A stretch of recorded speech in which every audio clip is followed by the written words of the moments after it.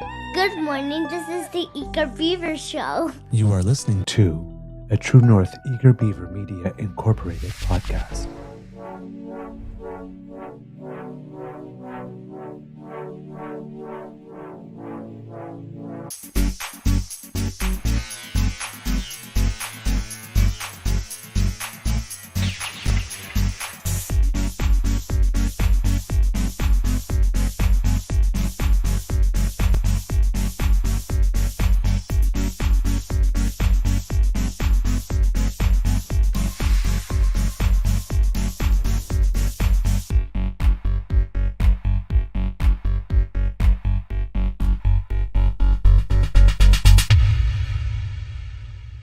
The True North Eager Beaver podcasts are proudly brought to you by our founding sponsors, the Misfit Mysteries from Corvid Moon Publishing, your source for science fiction, fantasy, and cozy mysteries featuring a broad diversity of characters, CanadianTarot.com, your uniquely Canadian online eclectic tarot community, and the Peppermaster, hot pepper sauces made from farm-fresh ingredients to thrill your taste buds and expand your mind.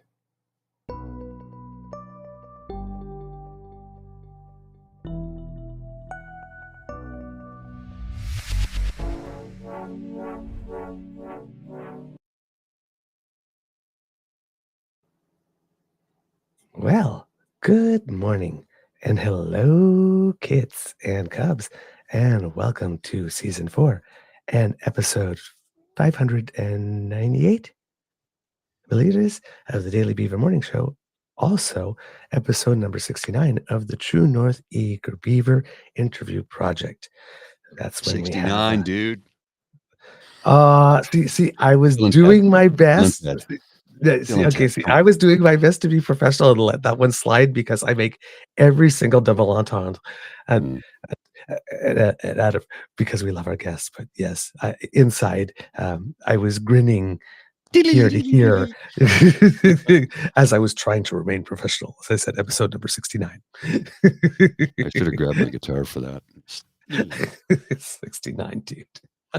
Bill and Ted's Excellent Adventure. Come on, who doesn't love that film? Excellent. All right. So, and we do have a most excellent guest today. Yes, we're very excited about this. Yes, we are.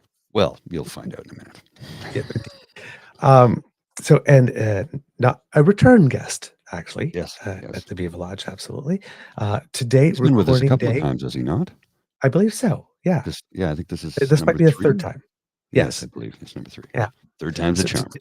Yes. So, and third time is very charming as well. Yes, indeed. Today, recording day is Sunday, March 9th, 2025, a couple of hours before the Liberal leadership vote. So we don't have any news for you on that. But we are pre-recording this for broadcast tomorrow, Monday, March 10th. 2025, because yours truly has a very early curling match. So therefore, you get to have extra beaver, and I get to be at my match on time. And I get to sleep in. And you get to sleep in. Win. There you go.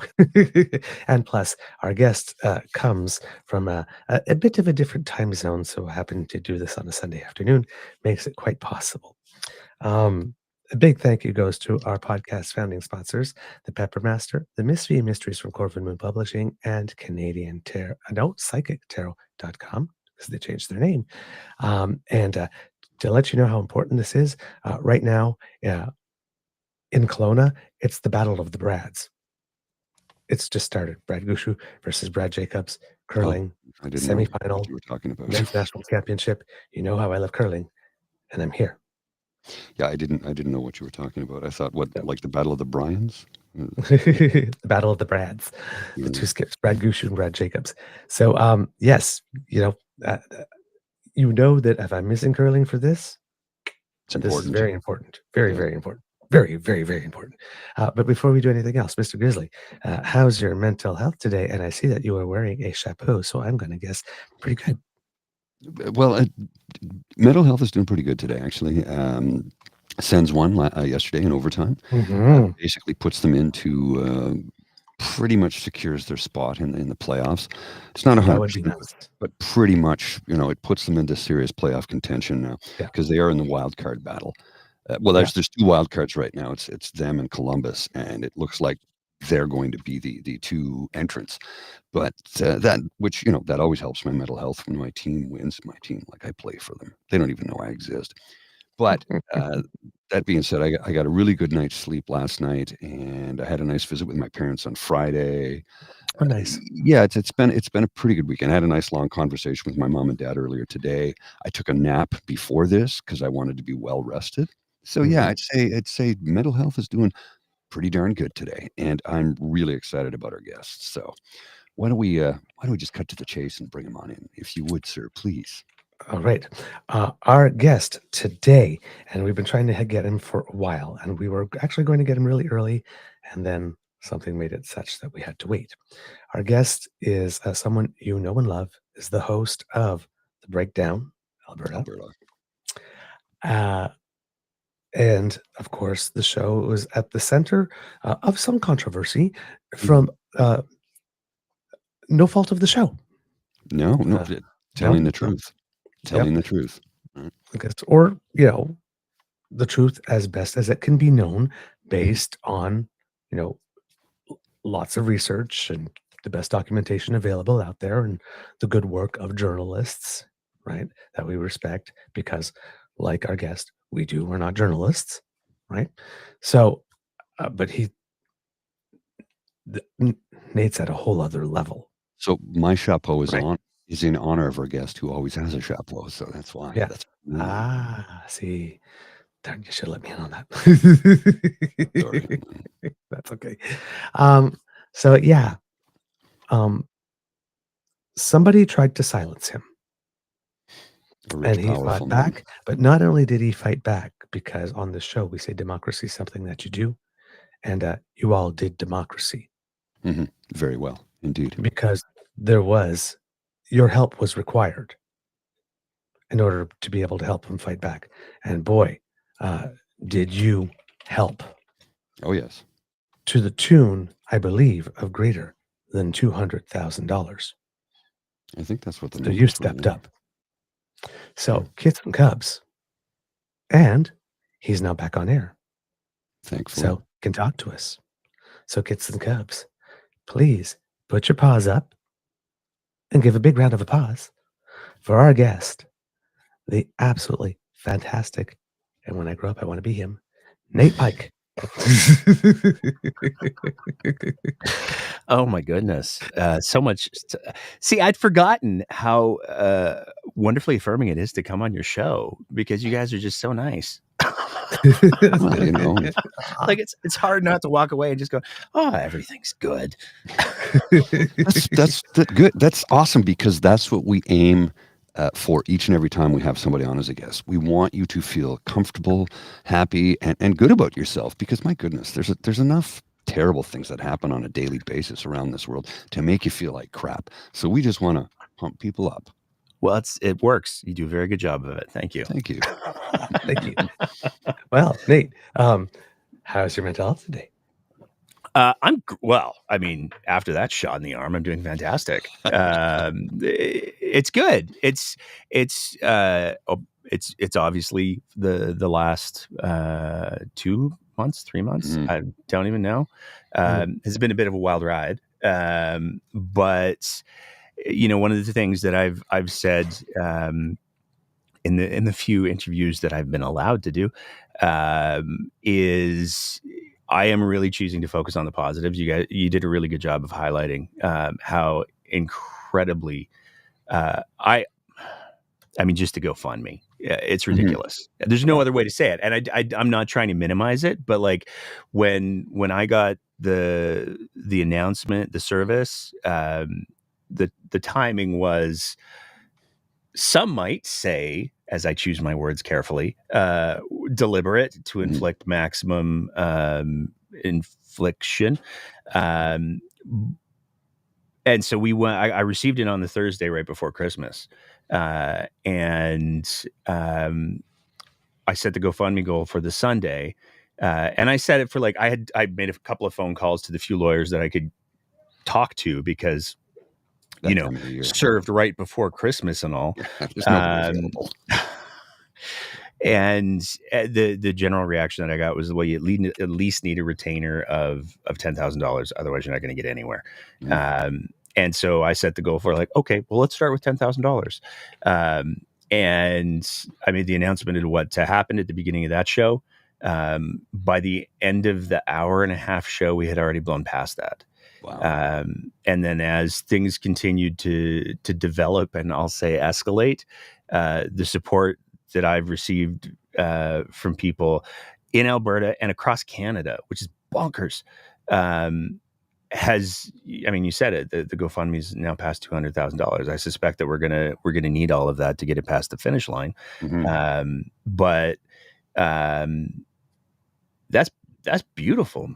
I mean, like, there's no other way to say it. And so I take a look at the support that, I mean, there were people who showed up at the courthouse a week and a half ago to have like a little mini rally to show support for me in the show. That's insane. And so if I'm going to focus on anything, those are the things that I've been trying to focus on for my mental health, because focusing on anything else will likely just lead to blind rage. Which is understandable. When I see that, right, I see that type of response as being directly proportional to the quality of your work, because you don't get that type of response if people don't see value in what you do. Well, one of the things I noted too was when I saw that there's tweets about it, and Nate's show is offline and this is what's happening, and I saw some response from some rather nefarious individuals. Nazi Caillou being one of them was like, "Oh, it's about fucking time. I can't believe this little." I'm like, aren't you supposed to be one of these free speech absolutists? But the moment somebody says something you don't like, you are happy they can be shut up by somebody rich and powerful. They're so full of shit. Their eyes are brown. Well, but this was... Nazi Caillou that we found out is receiving funding directly from the government. Yeah, the Smith government. Yes.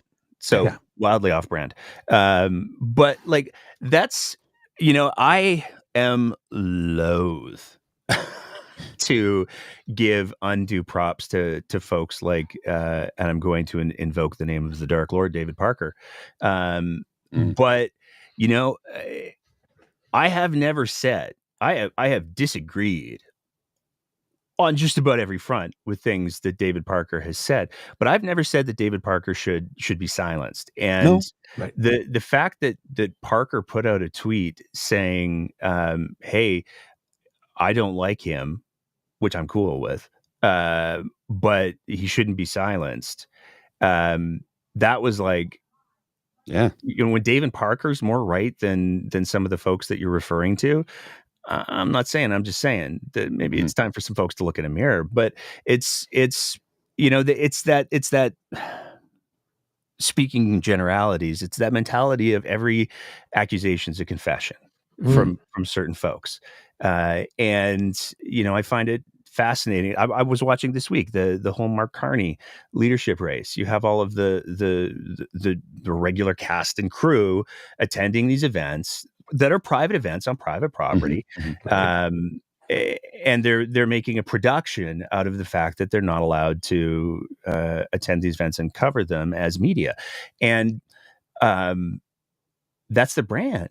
It's the whole brand is grievance. The whole brand is victimization. And always, as soon as, like, I would not, as much as I hate to say this out loud, but I hold it to be true, so I will.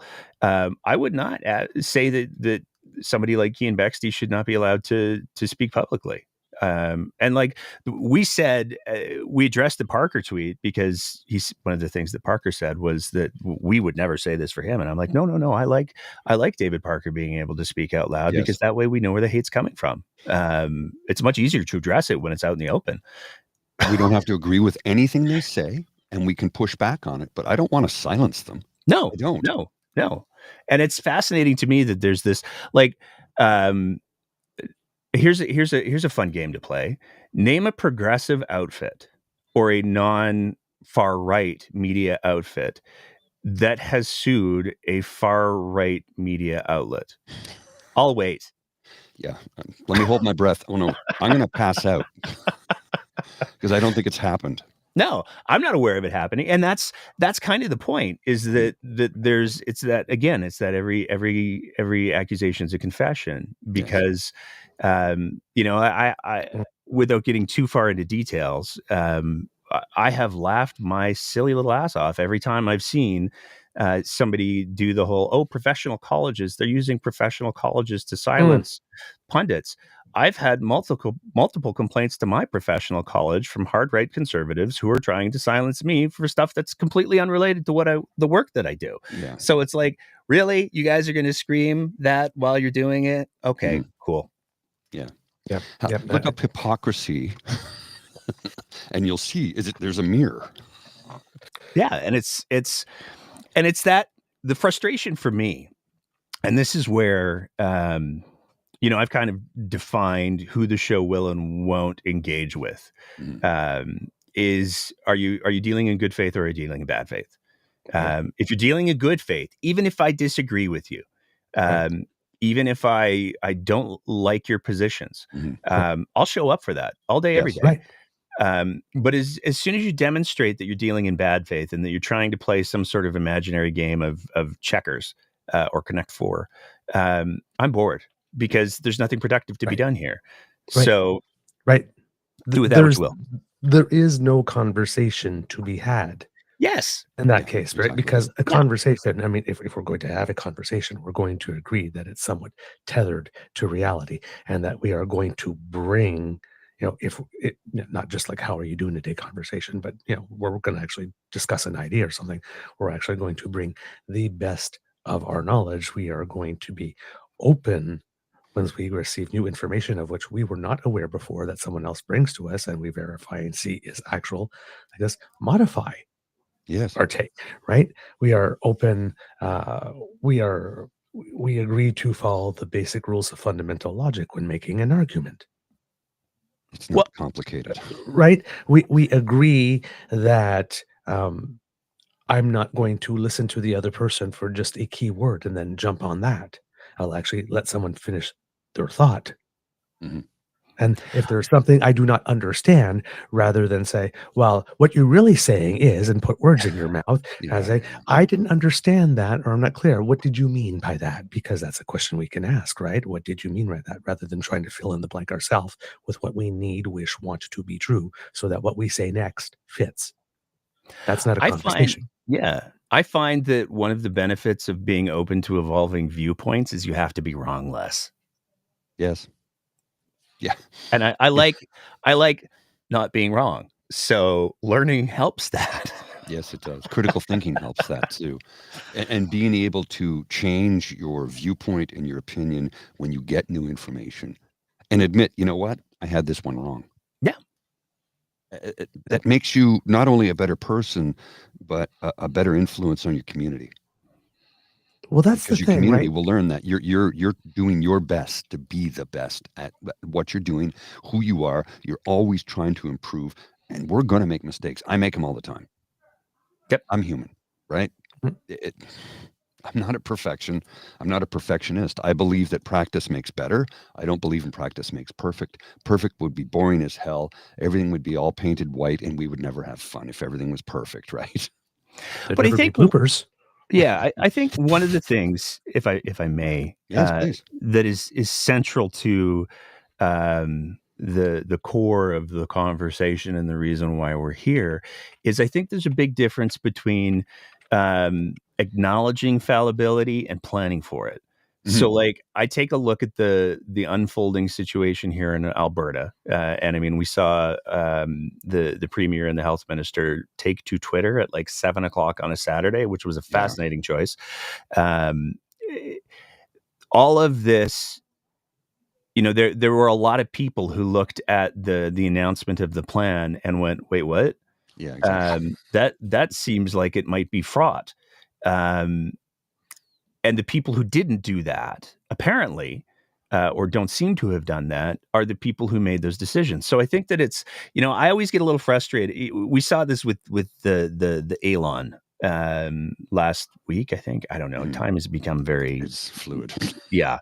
But he was asked, hey, so you fired all of these people and you kind of fucked it up. What was going on there? And he was like, well, everybody makes mistakes. And it's not, I don't think that acknowledging that everybody's fallible, everybody makes mistakes can be used as an excuse. I think it can be used as a tool to inform how you make decisions and trying to make the best decisions using the best available information possible. But I think like using Elon as an example, and I think it does translate to some of the things that we're seeing happening here in Alberta. If you just go, I know best, and that's your starting and ending point, you're going to screw things that you're going to do a big thing badly. Yes. I think that, like I always go to and we do this here at the show. But I always go to, okay, where's the red team? Who's the red team? Somebody tell me that I'm wrong. And before we put anything particularly, I don't know what the word I should use is, let's go with controversial. Okay. Before we put anything controversial on the show, if it's not just me ranting, but if it's something like the episode that we did on the Skybox Network Revealed, we red team the shit out of that, which is to say that we have a bunch of people, we have a group of people that we go to and we say, okay, blow it apart, find all of the mistakes. And that's one of the reasons why that episode took so long, is because we went through multiple revisions, and there were even still after we aired the episode, it was brought to our attention that we had in fact made a mistake. And the difference, I think, is that we didn't turn around and go, oh, we're fallible. We turned around and went, hey, we made a mistake. It's right here. This is the thing that we got wrong. Sorry about that. Have a great day, everybody. And so I think that there's a significant difference in that I just wanted to address, because it drives me crazy when people do that, like, oh, everybody's fallible, and they don't take ownership of the things they've done. Well, and that's it. They're just not taking ownership. They refuse to acknowledge that they did wrong. Yeah. Well, we call that out on the show too, because there's two sides of that coin, right? Everybody makes mistakes, or nobody's perfect. It's like, well, we didn't elect you to be perfect. No, we did right? not. We elected you to do the best you could in the public interest. Well, everybody makes mistakes. Yeah, but you were particularly hired to make sure that these types of mistakes do not happen. Well, they have resources. The type of mistake that happened is a mistake that should never happen. Don't go, everybody makes mistakes because, nobody's perfect. It's like, no, this is the type of mistake we're specifically paying you to make sure does not happen. And they have the resources. We don't have, right? Exactly. They have unlimited resources for them. Compared to us, they have unlimited resources.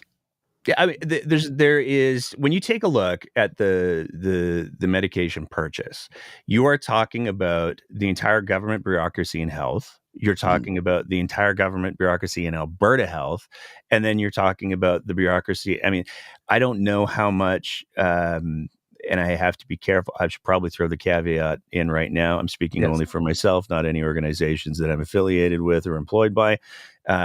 But I don't know how much, as he chooses his words carefully, how much say AHS had in the purchase, because the purchase was, we've put the ministerial directive out, because we got a copy of it. The purchase was directed by ministerial directive. Jason Copping said, you will do this, you will buy this, this is what you will do. And so I don't know how much culpability, it's probably not the right word, AHS has, but certainly when you take a look at like what led to that ministerial directive, there is a stunning amount of bureaucracy that exists in the background there that exists to prevent this kind of thing from happening. And the fact that it did happen suggests to me that bureaucracy maybe perhaps was circumvented in some way. And that's where the problem lies, because if you pay all of these smart people to be smart, and then you go, I don't like what you're telling me because you're telling me that I can't do the not smart thing that I want to do, then you're not using the system as you're supposed to. So what are we even, you as Doug said, we elected you to do a job. Well, you've hit the nail on the head there with that one. When you consider it, like, because I live in Ottawa and I've worked with government contractors and as a government contractor for decades. Now, for certain things under $10,000, they don't need to get an RFP because it costs too much money to it's just like go to a sole source contractor for $10,000. But anything over $10,000, they have to look at a little bit more carefully. And anything over $25,000 is like, okay, RFP. This was what, 50 million? 70 at least. 70 million. And they just said, go ahead and do it. I'm like, you have gatekeepers. Hell, you burnt the gate down. You destroyed the bridge. You threw the guardrails away and just did it. I mean, they have violated every possible guardrail, safety measure, taxation, control thinkable in this instance. Like that is just not how you do it with public funds. You don't do that. Well, and the problem that the thing that I find really frustrating about this whole situation is that the government, and in particular the premier, has been shockingly, I'll say, inconsistent in regards to how things played out, how things unfolded. It's and that's really problematic. I mean, we had Daniel Smith on Friday talking about, well, there was an RFP issue, and it's like, whoa. I have questions because we've seen the ministerial directive. It's publicly available now. That was issued on December 1st. The press conference announcing the purchase and the details was held on December 6th. And the order for the medication was placed on December 9th. And there's a weekend in the middle of that. Yeah. So you're going to say that you did a robust RFP process in at best 7 days and at most reasonable 5, but take away 2 because there's it doesn't. I believe that things can be procured very, very quickly when there's a critical need. But that even goes back to the core of the question: was there even a critical need at that point? And most people who are familiar with the supply chain issues and the fact that there was already a surging supply coming through the system by existing manufacturers would go, there really wasn't a critical need. So there's just, and again, it goes back to that whole good faith, bad faith. I have no confidence. I wish I did. I really, really wish I did. But I have no confidence that any of the information that Daniel Smith has provided to the public is reliable. And that's bonkers. Yes. Yeah. I mean, I listened to your show like before this, the Skybox episode revisited, and it was just like, it's like absolutely incredible. It's like, and please tell me if I'm getting any of these things wrong, but it's like, okay, first we need the medication to be able to keep children out of the hospitals. But as a paramedic, this type of medication, like I think you call it, is comfort care, right? It doesn't actually treat the underlying symptoms. If you have a virus, it certainly doesn't stop the progression of it. No. Right. So she's saying it's for that. It's not. It was supposed to be for sale in pharmacies, and then the first batch actually happened to go to hospitals. And I don't think any batch that did make it to the pharmacy had to be behind the counter because the dose wasn't okay, and the pharmacist had to teach the parents how to cut it so that they didn't.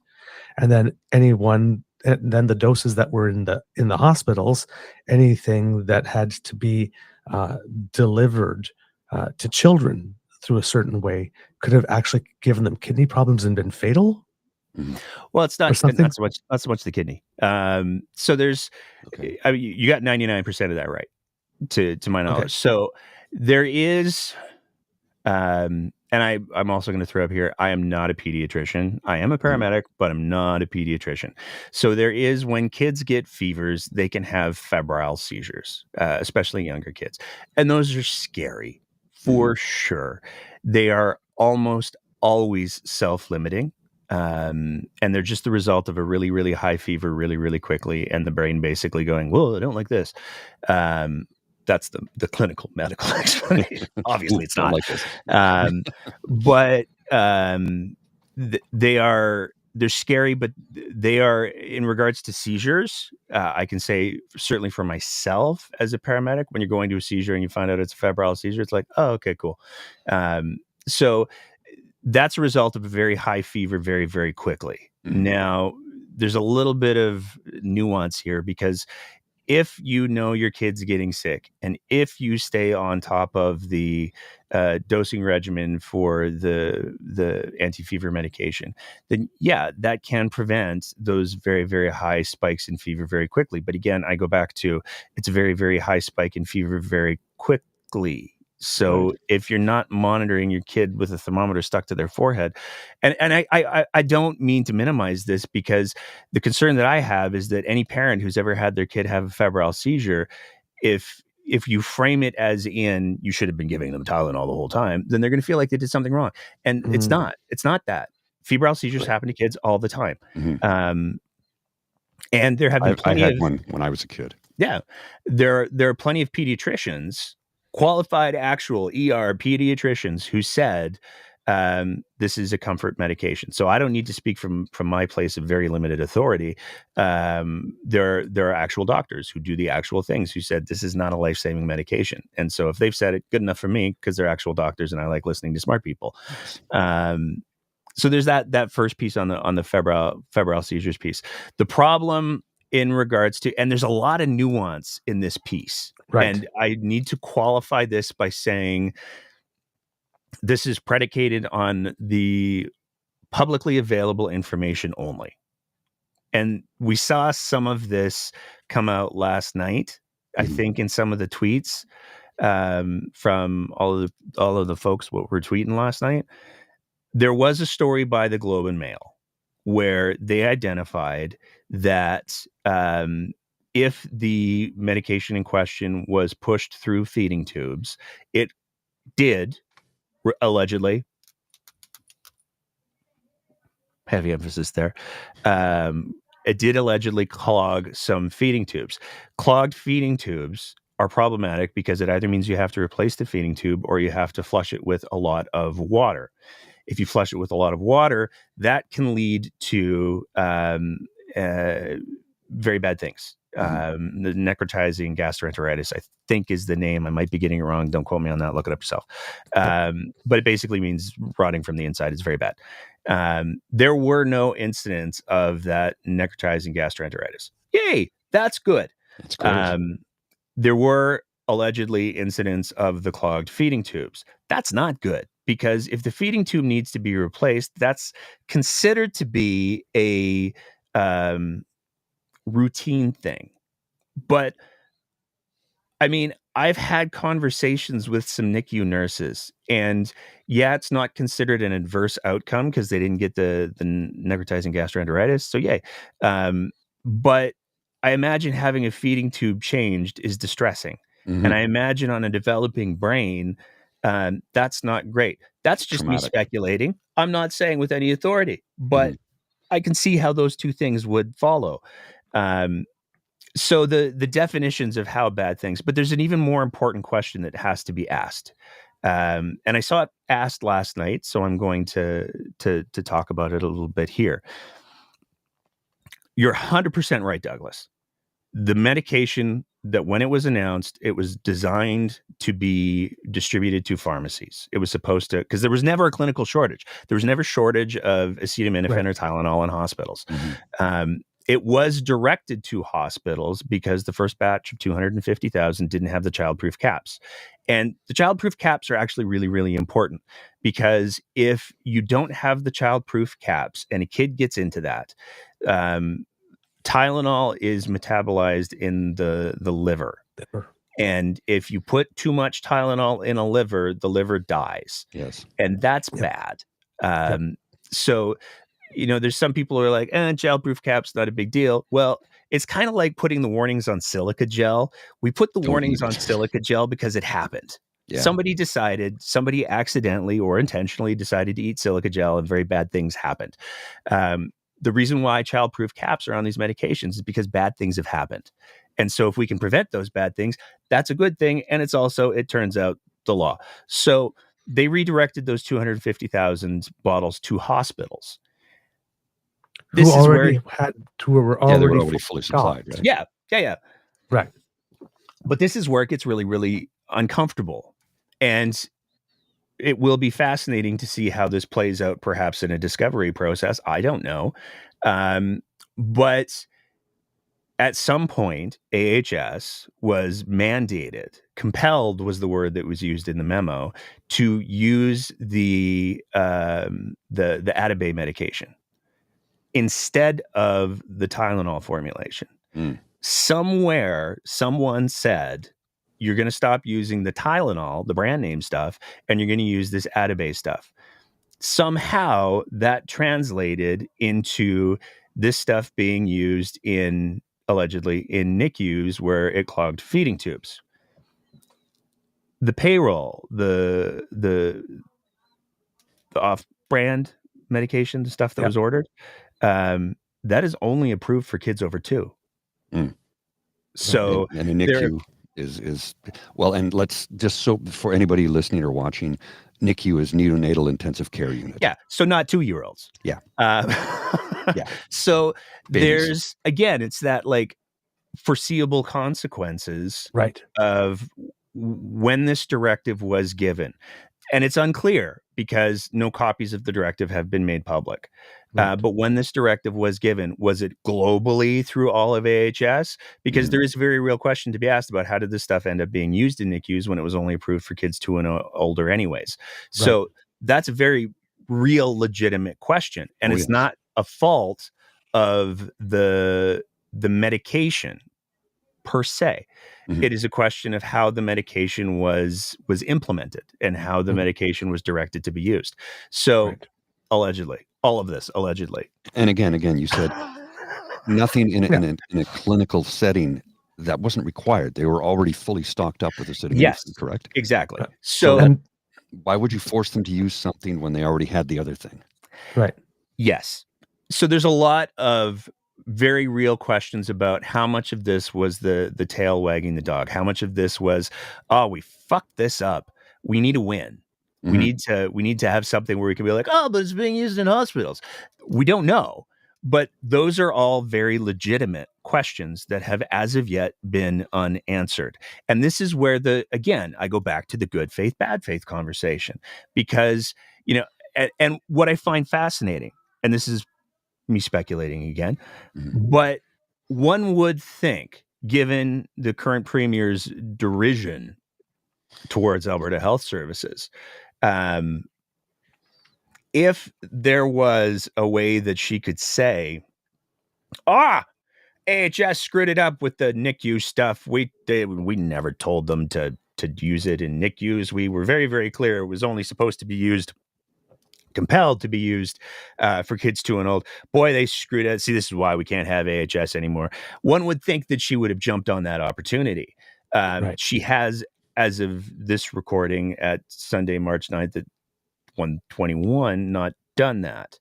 And I would think that if there was a directive that was issued that said, hey, use this stuff except in these circumstances, that could have been produced. It hasn't been produced yet. So I don't know what's going on there. But it's another complicating factor in a story that is full of complicating, and I would again reiterate, utterly preventable factors. Yeah.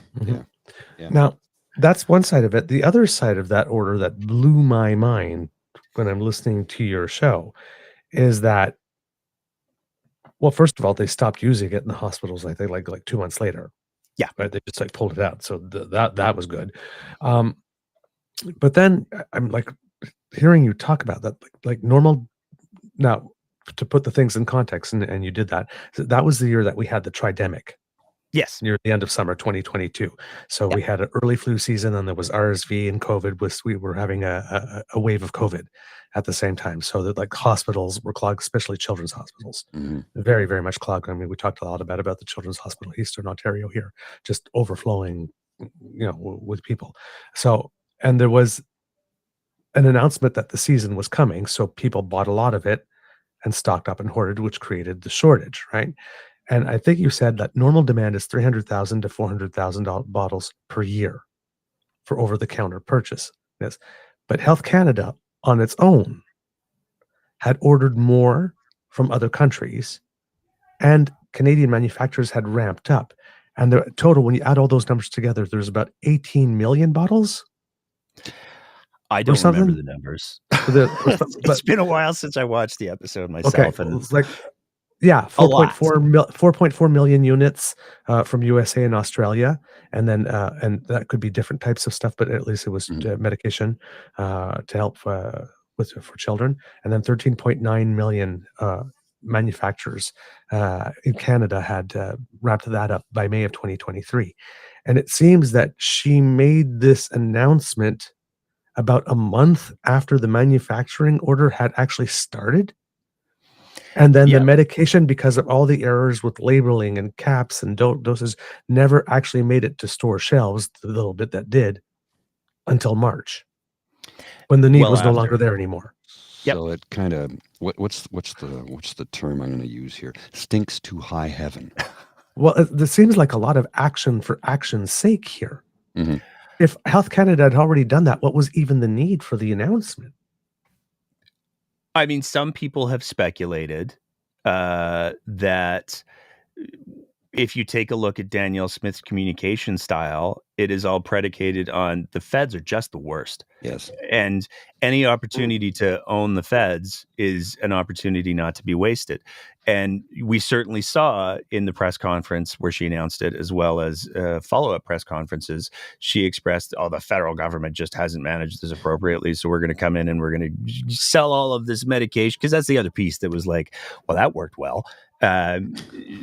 She said that she was going to import all of this stuff into Alberta and then share it with the rest of Canada who wanted to buy it. And the rest of Canada went, no. So there was certainly a lot of messaging around it that suggested that this was very much a dig at we're gonna throw a middle finger to the feds. We're gonna throw a middle finger to Justin Trudeau. Just doesn't care about the kids. And if the shortage had continued, and if the medication hadn't been as fraught as it was with the safety requirements and the labeling requirements not being met, which is a whole other conversation. Oh, yes, right. And if the other provinces had been like, oh yeah, we're super screwed, we'd like to buy some, it would have been a win. But there's like 4 levels of ifs that you got to get through to get to the win. Mm-hmm. And I mean, I don't like the odds, especially given that there was already reporting that was going on that the supply chain had corrected itself. Yes. So it's this is one of the things that Danielle Smith has said that she believes her core strength is she has the ability to find loopholes. And this feels to me, speaking only for myself, a lot like that. It feels like this was somebody looking at an incredibly complex situation with a lot of moving pieces and going, what if we just filled the plane full of people who were flying to Florida and we made them diplomats? That would work. It has that same vibe to me, which is something else that she did. It's interesting that you mentioned that, because we mentioned that too on the show. It seemed like this opportunity, like, there's this stuff missing, so let's do it. And let's show that we can do it better than the federal government can. And so let's look at this opportunity to spike the ball. And it wasn't until I heard the numbers, because when you said that they ordered 5 million bottles, and then when you made it clear that like there was like 700,000 children in Alberta under the age of 12, and she bought more bottles that were needed for 1 bottle for each person in Alberta. So clearly, it would seem to me, like you say, Trudeau screwed it up. Look at me, I did it. Hey, other provinces, you got shortages too? Come see Mama. I'll hook you up. Yeah, it really looks like she bought an order. She bought a national size. I mean, even if you say national size order, I mean, like you said, normally that's 300,000 to 400,000 bottles a year. She bought 5 million. So and only 1.5 million were ultimately delivered. Burning the province down to own the libs and own Ottawa. Yep. I mean, tell me I'm wrong on that one.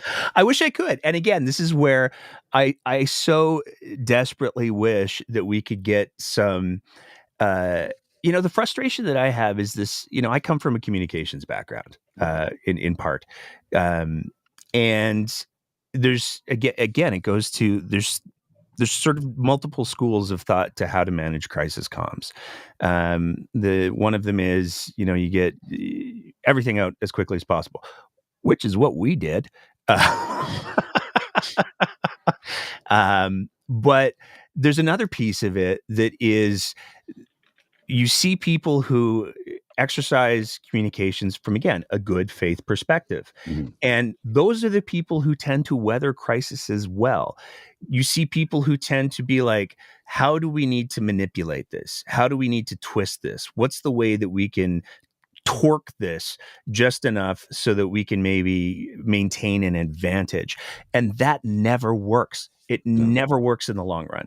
And that seems to be the communication strategy that's been largely used by Daniel Smith and the UCP government. And again, it's so frustrating because, as a parent myself, you're talking about people's kids. Yeah. Like this is a really big deal. This is an emotional deal. And I think that they recognize, and this is the biggest frustration for me, is that I think that they leaned into this issue so hard because they realize how much parents care about their kids and how much parents want their kids to be safe. And I think that that's why they saw this as an opportunity, but they have abandoned that awareness and that respect as they've tried to manage their own internal crisis. And it makes it impossible for people to know what's going on. And then there's probably some people who would say, oh, but that's good because if nobody knows what's going on, nobody knows what's going on. But then you get an asshole like me who comes along and is like, whoa. Let's see if we can straighten this out. And problems. See, now it's interesting that you mentioned what they took this issue with children, because that's the exact same thing they did with the trans issue as well, right? Parents want their children to be safe and whatnot, and they're leaning into that one hard. There's some parallels there. Mr. Grizzly? Well, I was going to say the whole skybox thing and did you accept money? Were there any kickbacks? Blah, blah, blah, blah, blah. Look, they did a sole source. They did not do an RFP. It was ordered on high. They threw all the guardrails and all the checks and balances out the window, which is what happens in the private sector all the time. When they have an opportunity to make something happen quick, you do it quick. In the private sector, that's allowed because you own the business. This is not a private fund. This is public funds. This is the people of Alberta that paid for this fiasco. Well, and they, like I said, they threw all the checks and balances out the window. Well, here's the other thing, like this, just to put an exclamation point on that and to hand it to you, Nate, because Nate did the math. When you consider the bottles that would deliver, the number of bottles that actually made it out and that were used, it's like, here's a joke. How do you make a $7 bottle of Tylenol cost about $5,800? Yeah. Ask a conservative premier to buy it. It's ridiculous. Yeah. I take real issue with so Daniel Smith did a press conference a little while ago where she was asked, have you ever accepted any kickbacks? And she said no. And I take real on her face when the question was asked. Though. Well, but there's two pieces to this that I think are critically important. One of them is either she honestly believes that she's never taken kickbacks, which is fucking horrifying. Sorry to swear on your show. No, it's fine. Okay, cool. No. I hardly ever get to do it on mine, so no, it's fine. Don't worry about it. Make yourself at home. Even if we say Daniel Smith, she did accept, according to multiple reports in the Globe and Mail, she did accept the tickets to the Skybox game in Vancouver from one of her employees, who is also the accountant for several of the firms that were registered to expand surgical groups here in Alberta, allegedly, and the individual who's at the center of the procurement issues. That accountant was the one that she accepted tickets from. As per the Globe and Mail article. I don't care whether you get money or whether you get $50,000 worth of Skybox tickets. That's a kickback. Yes. There have been multiple ministers who have said that they accepted tickets. Most concerning to me is Nate Horner, because Nate Horner accepted the tickets he said this on video, so I don't need to allegedly this. He has said that he accepted 2 sets of playoff tickets from Sam Raish and MH Care during the playoffs. During that same period of time, he was also being lobbied by, I wish I was making this up, his cousin on behalf of a corporation that has Sam Raich was a partial owner of, again, as per the Globe and Mail. So he was accepting tickets, Skybox playoff tickets, from somebody who was actively lobbying him. I don't know in what world that's not a kickback. And the fact that their interpretation of kickback seems to either be, well, I'm going to lie to you and say I didn't, or if it's not like brown paper bags full of cash, it's not a kickback. That is morally bankrupt. It's ethically bankrupt. And it's like, I was a guest at an event a little while ago by an organization who's one of their representatives we had on the show a little while ago. And it was like a $40 ticket. It wasn't like a box seat or nothing fancy. And there were conversations about like, okay, can I go? Yes. Yeah. And I think that those conversations, and I'm a podunk little podcast. And if I'm having those conversations, I would love to know how it's unacceptable to suggest that the premier and the ministers of government shouldn't be having those same conversations. That's bonkers to me. Yep. Well, it's like, and here's the thing, right? Well, first of all, this Nate Horner person that you mentioned, he's currently the Minister of Finance, right? Mm-hmm. Okay. So somebody's lobbying the Minister of Finance on a financial thing, and he doesn't do okay. Number one. You smell that? Smoke. Smell the smoke? Okay. There's got to be fire somewhere. No, but like, come on. Yeah. That just doesn't make sense. And then Daniel Smith got a gift from an employee. Mm-hmm. Yeah, Sam Jaber was appointed to the board of Invest Alberta, and Invest Alberta is a crown corporation, which is owned by the province of Alberta, and Daniel Smith is the person who has the ability to appoint people to the board and appoint the chair. So he is, in every way, an employee of hers. And as per the Globe and Mail story, he's the person who gave Daniel Smith the skybox full of tickets, and she then disseminated them to her staff, which is also a violation of the guidelines that she herself wrote after she rewrote them, because staff are supposed to get approval from the chief of staff for any gifts over $500. Those tickets were certainly over $500. Even if they came from the premier, they're still a gift. And there's no record of any approvals for any gifts over $500 for that time period. So like, either they're grossly incompetent or they're lying. Those are the two choices that I see.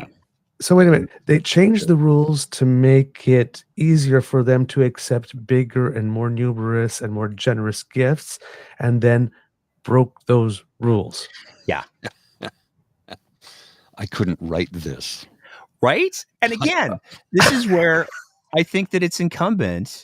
Like, the arrogance.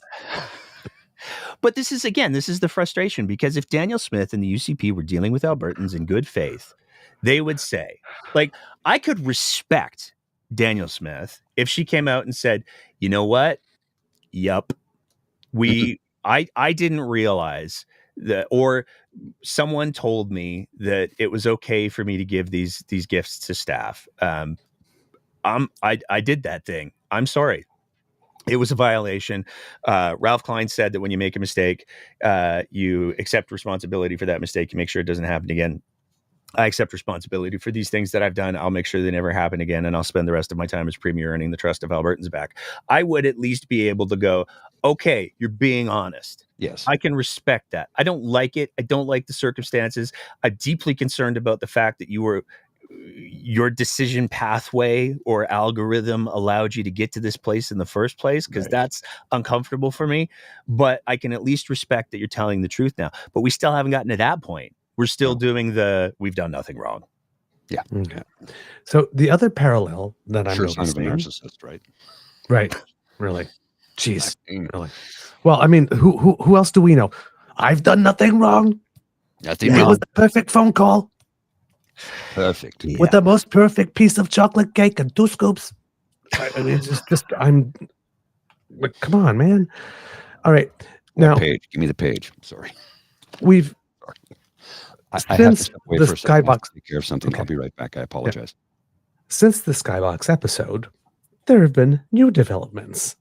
The AHS CEO, Athana Mentzelopoulos, and the fact that I can say her name so easily now. Better than me. If I have it written in front of me, it's a train wreck. If I don't have it written in front of me, I'm able to get through it.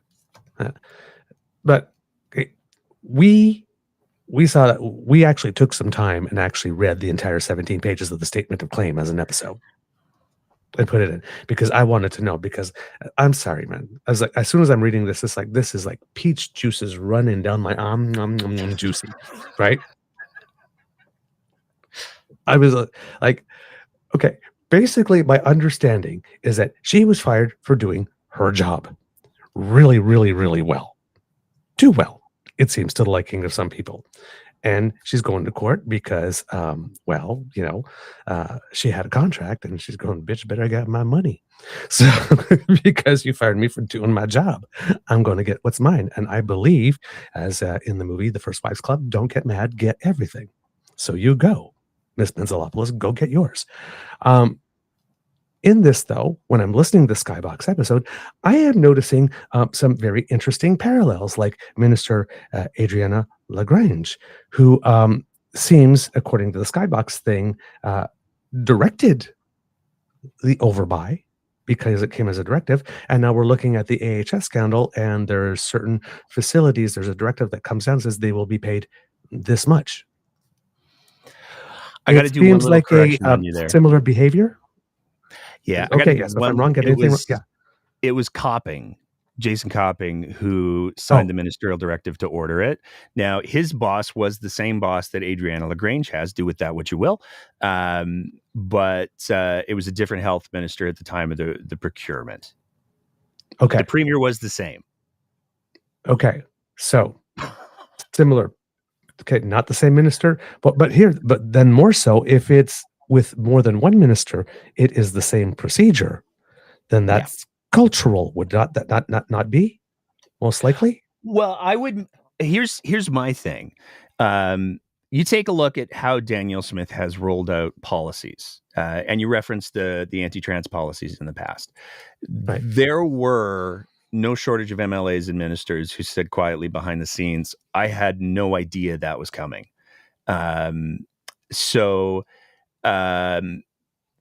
There is a lot of centralized planning that goes on in regards to policy, and it goes on in regards to execution and decision-making inside of the government. I would struggle to believe that the Premier of Alberta did not have a direct hand in these policy decisions. That just, she was at the press conference, so, Well, and then the other one is that when you were talking about there was a purchase of masks for school children, and then in the show you said something like, I think your words were, somehow the company of a UCP supporter and donor to Adriana Lagrange ended up with a juicy contract. Yes, that was a whole other. Yeah. That was a whole other, and the ethics commissioner, different one than there is right now, but the ethics commissioner did an actual investigation here in Alberta on that, in part because maybe there's this little podcast that just keeps causing problems. But good on you, brother. The long and the short of that is when the UCP decided during the pandemic that kids were going to be going back to school, they were going to provide everybody with all the kids with, I think it was 2 cloth reusable masks. And in doing that, there was a procurement process that occurred. The vast majority of the purchase went to, I think it was American Apparel, American Eagle. I don't know. One of those companies. Look it up. I may not be getting it right. Big American company. Mm-hmm. And there was a drive to have some Alberta representation in the purchase of the masks. Now, there were quite a few companies. We did one episode where we talked with one of the owners who had of a clothing company and an accessory company here in Alberta they were ready to go. Mm-hmm. And there were like 7, I want to say, but somehow this flyer for this company appeared, and they were directed by senior government officials to make sure that this company got part of the bid. Now, where the ethics commissioner report gets to be like better than fiction is nobody remembers where the flyer came from, and nobody remembers who can explicitly say this thing could sort of happen. And the ethics commissioner's report, I'm paraphrasing a little bit, but the ethics commissioner's report's conclusion was like, well, everybody forgets how this happens. And because everybody forgets how it happened on a balance of probabilities, I can't say for sure that there was shenanigans, but it sure looks like there was shenanigans. So it's just like, it's that Ronald Reagan Alzheimer's defense of, I can't remember how all of the really horrible stuff happened. I mean, Reagan did actually have Alzheimer's, so do with that what you will. But that's how that one played out. There was direction to make sure that somebody got a deal, and it was all hidden by bad memories. But here's the thing, is like in all three cases, there was direction. Yeah. It seems to be the common theme. Yeah. And you're trying to tell me they couldn't have chosen a company from Alberta or maybe British Columbia or even Ontario for that matter, like a Canadian company? Because there are companies in this country that still do manufacture clothes. Well, the kicker is the company that they chose apparently didn't actually manufacture the masks here in Alberta. They ordered them from Mexico. Of course. Of course they did. Of course. So it always gets better. Yeah. So as we are reading through this document, but Mexico. I mean, current situation, right? Yeah. So as we're reading through this document, there was a detail that until then had not been public, that it seems that there was somebody somewhere who was playing 6 degrees of Athana Metzelopoulos and saying, this guy who's a paramedic somewhere in the system is somehow your employee, and therefore you have control over him. And maybe it would be useful, wink, wink, nudge, nudge, somehow, if maybe we made his life a little difficult by somehow maybe making sure he, loses his livelihood. Yeah, that's in there. How did you feel when you found that one out? Because I'm sure you didn't. I'm sure you found that. I don't know. Had no idea. Did you know that before, or did you find out at the same time as everyone else? Because I'm sure she did not act on that. No. So here's what I'll say to save you guys some potential legal problems as well. Everything in the statement of claim is untested in court. Yes. Their allegations, the Minister of Health and the government have not filed their statement of defense yet. They got an extension for that apparently to March 16th. So there's that. To the allegations in the statement of claim, I had no clue. I started getting messages the day before she actually filed the statement of claim, before it was publicly released. Okay. I started getting messages from some folks who shall remain nameless, being like, "Hey, did you know that you're in Athana's statement of claim?" And I was like, "No, what's going on?" And they're like, "Oh, you'll see." And really? So I knew that there was there's so many degrees of distance between myself and the little role that I play as a paramedic and the CEO. Oh God, yes. I way above my pay grade. There are so many other people who have to deal with my nonsense before you get to her. So I could not wrap my head around how what would how do I have anything to do with this? Mm-hmm. I was not. And then the next day when it was filed, I got 16 people sending me copies of the statement and claiming, "Oh, turn to page so-and-so." And I mean, that's bonkers. It's the notion that the Premier's chief of staff allegedly would suggest to the CEO of Alberta Health Services that somebody should be fired because they dared to criticize the government of the day I want to be really clear. I have not violated any of and this is why, like, very early on in the show, I was like, just to be super clear, disclaimer. I paint within the lines for what's allowed within my employer. I'm very, very careful about that. And so to see that, it's profoundly chilling. Um, and I mean, for someone like me who's maybe a little wired not right, somewhat invigorating, because I come from the punk rock background of like, okay, then I guess we're doing this. Yeah. I've got the man's attention. Yeah, You've rattled the cage of the rich and powerful. but it just highlights, like, again, the approach that's taken. There is no dissent. And this is another one of the reasons why I struggle to believe that any of these ministers have acted independently.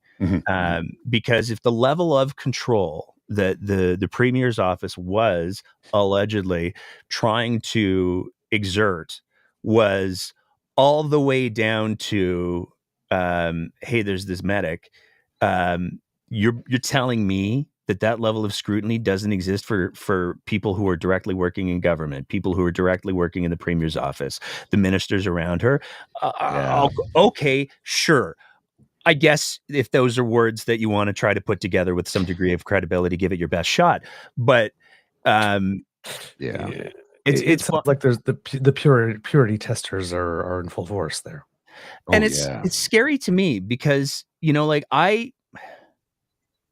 I'll make it paramedic-y because that's one of perhaps the best ways that I can contextualize it. When I'm doing a big call, and people's lives are at risk, or in the balance, it is my expectation that everybody else who's there will get my attention using whatever means necessary if I'm about to do a big thing badly. If I'm about to screw up, it is my expectation that everybody there knows that if I'm about to do something that I shouldn't, they're going to say, hey, whoa, don't do that. There's this. As we talked about at the beginning of the show, human beings are fallible, 100%. The only thing I'm 100% sure of when I go to work is that I absolutely can make a mistake. And I trust on the people that I work with to prevent me from making those mistakes, because you get the team thing going. Well, we have checks and balances, right? Exactly. And the notion that a leader of a democracy would, or their subordinates would believe that the best way to deal with somebody who's saying, I think you might be making a mistake here, is to target them, is unbelievable, were it not believable. And it's the thing that alarms me the most about it, and it's one of the reasons why I've kept up in the way that I have, is that's some authoritarian bullshit. Oh, yeah. And the reason why people do things like that is because if they make an example of someone, then everybody else gets more afraid. And that's exactly what it is. It's the iron fist of fascism is what it is. And so he certainly didn't file a suit against the Globe and Mail. Nope. Yet, maybe, who knows? I don't know. Probably not going to, though. I would expect probably not. But again, it's that, like, if there were concerns that, like, we had Kenny, we had the show all through Kenny. I have a puppet of Jason Kenny sitting over here. And I did a fake press conference on the steps of the legislature, and Kenny had his issues managers, and they would come on the breakdowns timeline all the time and smack talk, and we would smack talk them back. And it was a great game. And sometimes they went too far, for sure. But, even Kenny and the Matt Wolfs and all of them, they never tried this sort of authoritarian bullshit, to my knowledge, because they know it wouldn't fly. That's the shift that I think that is so important, if the allegations are true. But that's the shift that's so important, because it's gone from a open discourse to, you will not criticize us. Yes, you will not. And that's that's terrifying because going back to the medication purchase, I find myself thinking that if only there were some more contrarian views in the room that were allowed to be contrarian, somebody might have said, is this actually a good idea? A red team, like you said. Well, and the thing that it is just alarming to me is you've had folks in different parts of the country over the last couple of years tell us how the prime minister, who steps down in a few hours, I assume, is an authoritarian dictator, right? And yet, individuals on the right side of the spectrum have been calling him that, a communist, a dictator, a racist. They pick something, and they've called him that. And they're still able to continue doing that, even though 99% of what they're saying is absolutely false. It's complete bullshit. Total freaking garbage. You called somebody out for something that actually happened. It's verifiable. It's been backed up. And you didn't dig into this on your own. You went with the Globe and Mail. You went with other sources. You did the work of journalism, even though none of us on this screen are journalists. But you did the work of journalism. Multiple sources, double check it, make sure everything's good. Okay, here, report it. And then all of a sudden, the government is trying to shut you down. And I think that, even if you look at my lawyer's probably going to get mad at me for this. But that's authoritarian dictatorship right there. Is that what I'm saying? That's what I'm saying. Don't say anything that'll get you in trouble. No, I don't think it's going to get me in trouble because it's public record now. But even if you look at what the alleged defamation is, the crux of it is on the use of the word Tylenol, which is a joke. It's funny. Right. And, there, even if you say, and it'll all go to court, but even if you say that the Tylenol is defamatory, it does, using that joke diminishes the reputation of Atabey and by extension anybody affiliated with them or importing them, even if that's what you want to do. That's a real stretch. I don't disagree. But even if you want to say that, it's not false. Yeah, exactly. There's nothing that I'm aware of, and I say this in all sincerity, there's nothing that I'm aware of that we have said that isn't true. And I would make the argument, I think Tylenol's funny. Yeah, I think it's a good joke. I also think that, it's pretty easy to determine the trueness of it. Was the Atabey medication Tylenol? No, it wasn't. It's not. Oh, I guess it's Tylenol. It's not that difficult to get there. Yeah. And it did become shorthand for referring to the debacle of the choices that the government made, for sure. But it's not a lie. And that's the difference for me, is and again, this goes back to the police commission thing. The MH Care business partner guy who the Sam Race business partner guy who got appointed to the police commission.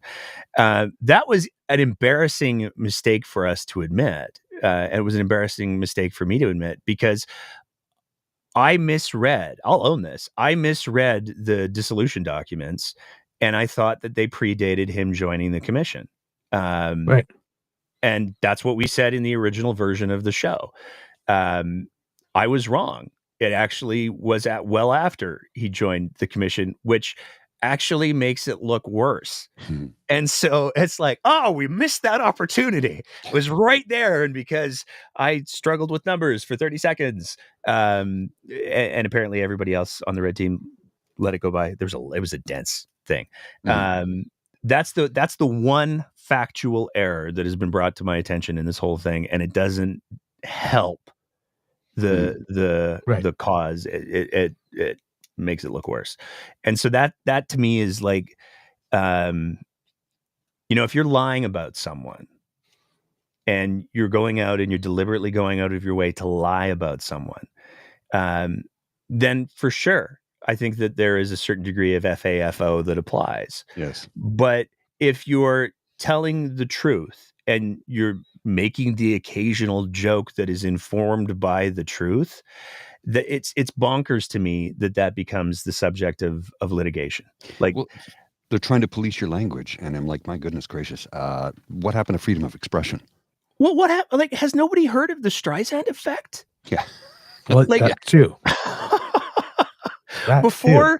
before the lawsuit and everything else and the entire shit show that's gone on since, I think that, I mean, the Skybox episode had some good views. It had like 1,300 views, but you juxtapose that with the attention that this whole thing has gotten since then, Yeah. and it's like, what did you think was going to happen? Yeah. So here's how I see it. One individual really got butthurt over the fact that you spoke the truth about that individual. And they did their utmost to try and shut you down. And they did halt you temporarily. What they have done in the process, though, is shine a spotlight on you, your show, and what you brought to light. So it's like, if anything, this is going to help you more in the long run than anything else. I know it's going to be stressful and it's going to be complex and complicated and convoluted. However, in the long run, it's going to bring more people to your channel to go, wait a minute, what happened? They tried to silence you because you told the truth? Well, that's the thing, right? Is that they'll listen to the episode and then they'll listen to more episodes. And it's like, they tried this guy? Or like, because with all the effort that he puts into research and all the diligence and the caveats, and there's like, this guy? Really? Him? Of all the people on the planet? This guy? You'll get the pushback from the, want of a better term, common people who feel ignored and abused and disrespected by the provincial, municipal, and federal government at all levels of government. Those are the folks like you talked about on an episode you appeared with us, how an individual, a farmer who had chest pains and he ignored it for 2 weeks because, I got to get the back 40 done before he came into the hospital. Those are the kind of folks who will take umbrage with what is happening to you because they feel like they're ignored. So when somebody like that, a tough old farmer from rural Alberta, who has probably voted conservative his whole life, but sees what's being done to you by the conservatives in power, they're going to be like, excuse me, wait a minute. This is just a guy trying to tell us what's going on, and they want to silence him for it? By them bringing this lawsuit forward, it's going to blow back on them in the worst possible way.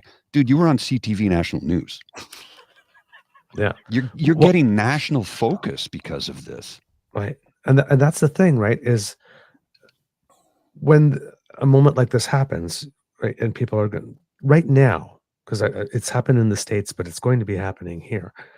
After the election, there was a big push. A lot of people abandoned legacy media and were looking for credible sources. Right now in Canada, with the boycott that we got going on, there's a lot of people that are looking for credible sources of information from Canada. And while we are not journalists, that we try to hold ourselves to at least that type of standard. Yes. Like this. At a minimum. And like you say, and propose a good faith conversation. Right, is that there are people that are coming to us, and the one thing I've never understood by what's going on the right side, when you get these other sort of channels that are more parsimonious with the truth. I'll understand it, and I'll tell you what it is. Let's say filthy lucre. Yeah, yes, filthy lucre. Lies sell. The truth doesn't sell. I know that. But I think. But my thing is that if you're playing the long game. Mm-hmm. There is something about respecting your audience. Yes, absolutely. And I feel that those sources do not, the people that come to them, right? I don't fault them for listening. No, not at all. Right? The people that are making these shows are telling their listeners to trust them. Mm-hmm. That's the contract. The contract is we do one of these shows and you're saying, I am trustworthy. You can trust me. I'm doing the work so that you don't have to. And if someone's deliberately leading you down a little path, and especially getting contributions from you and stuff, you are not respecting your audience. No, you're not. It's an act of utter contempt for your audience. There's a duty. And that's what I'm saying. People are going to see the care and the respect for not only the audience as a person, but their intelligence that you put in to your show. And so this is going to benefit you. Yes. I wish it didn't. I get it though, dude. I get it. Yeah. I completely, and I understand it from a different perspective. It's the fit way through. We got noticed because I went out in the streets and shouted at people during the convoy, the occupation of Ottawa. I shouted at them because they were disrupting our lives. And they said, this is a protest. I'm like, you've been here 5 days. That's not a protest. 24 hours a day, 5 days, honking horns, lighting off fireworks, defecating in the streets, defecating Terry Fox statue, desecrating, I should say, defecating on the National War Memorial, on the tomb of the, dancing on the, that is not a protest. Yeah. And somebody says, well, if you can't take it living in downtown Ottawa, maybe you should move. I have seen thousands of protests in this city. They last 3 to 5 hours at the most. 5 hours is really long. It's usually 2 hours. Sometimes it's an hour. People show up, they have their say, they go home. By day 5, I'd lost my mind and I tore into them. And that is what got us noticed. I never set out to do that, though. It happened. So in this instance, I know you were not trying to make national headlines. But this is what's going to happen. And as a result, people are going to watch your show. And they're going to realize this man has integrity. This man is honest. This man is telling us the truth. He's not sensationalizing anything. You are not, look at that evil, no, you're just laying the facts bare for all to see and read. And as a result, it will bring people in because, like Douglas just said, people are looking for alternative sources of information. So the time of the podcast is right now. I would challenge I think you just made my argument for me. I was going to make a whole argument, but I think you just made it for me. I think that the truth does and can sell. I think that that's what people are looking for. I think that people are looking for good faith conversations. I think that people are looking for sincerity. There's been this, I've been having this like intellectual, not to sound so smart or anything, but I've been having this conversation with a couple of my friends who work in comm circles. And I think that there's no question that people like Trump, people like Daniel Smith, other politicians, maybe Pierre Poilievre, I don't know, take this, the Steve Bannon approach of let's flood the zone with shit. Yeah. And I think that does two things. I think that one of the things that it does is it's very, very good at consuming all the oxygen. And I think it's also very, very good at creating the impression of a narrative.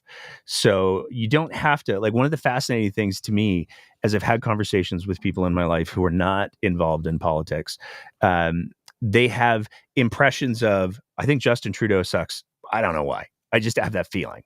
And that is a direct result of that flooding the zone with shit. I think, here's my working thesis. I think you can do the same thing with the truth. Yes. I think that you can flood the zone with the truth and get into all of the same tools that are used, the repetition, because that's the thing that the progressives suck at. We say it once, then we think we're done. But the repetition piece, I think that we can flood the zone with the truth. And not only does that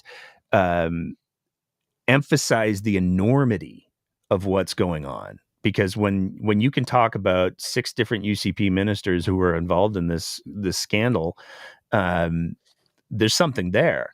But I think it also does create the impression of a narrative that's not based on lies, but is based on truth.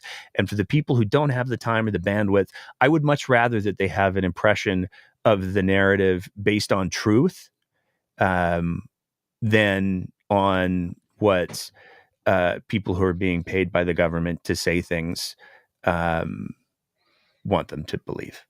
We're right with you, brother. One of the but completely 100% agree. One of the things we get accused of oftentimes is that you guys are in a left-wing echo chamber. I'm like, actually, no, we're progressive centrists who lean a little left. We're not extreme. Here's the thing, and I was thinking about this last night because there used to be a really great conversation, a really great podcast called Conservative Like Me. And it was done by a lady out of Alberta. And she held herself to be conservative. She probably still does. And her whole universe was the impetus for the podcast was I hold conservative values, but this extreme rage nonsense that's going on is not who I am.